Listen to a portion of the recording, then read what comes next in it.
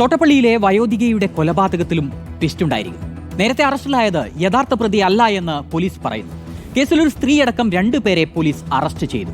തൃക്കുന്നപ്പുഴ സ്വദേശി സൈനുലാബ്ദീനും ഭാര്യ അനീഷയുമാണ് അറസ്റ്റിലായത്. ഇരുവരും കൊലപാതകത്തിൽ നേരിട്ട് പങ്കെടുത്തുവെന്ന് ജില്ലാ പോലീസ് മേധാവി പറഞ്ഞു.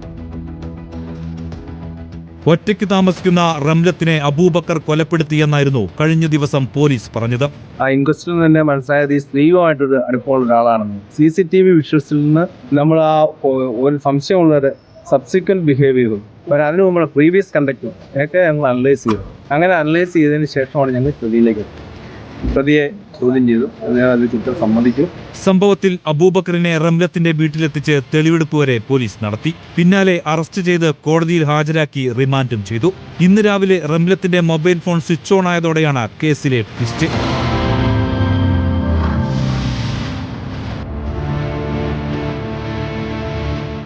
റംലത്തിന്റെ ഫോൺ മറ്റൊരു സിം കാർഡ് ഉപയോഗിച്ച് പ്രവർത്തിക്കുന്നത് കണ്ടെത്തിയതോടെയാണ് ടവർ ലൊക്കേഷൻ കേന്ദ്രീകരിച്ച് പോലീസ് അന്വേഷണം ആരംഭിച്ചത്.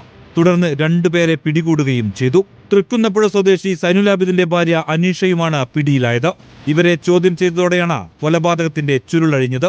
12, 13 പ്രതികളിലെ 7 പേര്, 6 പേരെ ഈ ഫോൺ കിട്ടിയത് കൂടുതൽ ചോദ്യം ചെയ്യേണ്ട ആവശ്യമില്ല. പിടിച്ചോണ്ടല്ലേ, കാരണം അയാളുടെ ലൊക്കേഷൻ, അയാളെ മൊബൈൽ കിട്ടിയത് പറയാനുള്ളൂ. ആദ്യം പറഞ്ഞ കൺഫെഷൻ പറഞ്ഞില്ല അബൂബക്കർ. അത് പ്രകാരം ഇയാളെ കയ്യിൽ വന്നതെന്ന് മാത്രമേ ആദ്യ സംശയം ഉണ്ടായിരുന്നു. അത് അദ്ദേഹത്തിന്റെ ഈ ചോദ്യം ചെയ്യൽ ക്ലിയർ ആയതോടുകൂടി, ആ മൊബൈലിന്റെ സോഴ്സ് പറഞ്ഞതോടുകൂടി തന്നെ കേസ് ക്ലിയർ ആയി. റംലത്തിന്റെ കൊലപാതകത്തിൽ സൈനുലാബ്ദീന്റെ അറസ്റ്റ് പോലീസ് രേഖപ്പെടുത്തി. അതേസമയം നേരത്തെ അറസ്റ്റിലായ അബൂബക്കറിനും കേസിൽ പങ്കുണ്ടെന്ന് പോലീസ് പറയുന്നു. റിപ്പോർട്ടർ, ആലപ്പുഴ.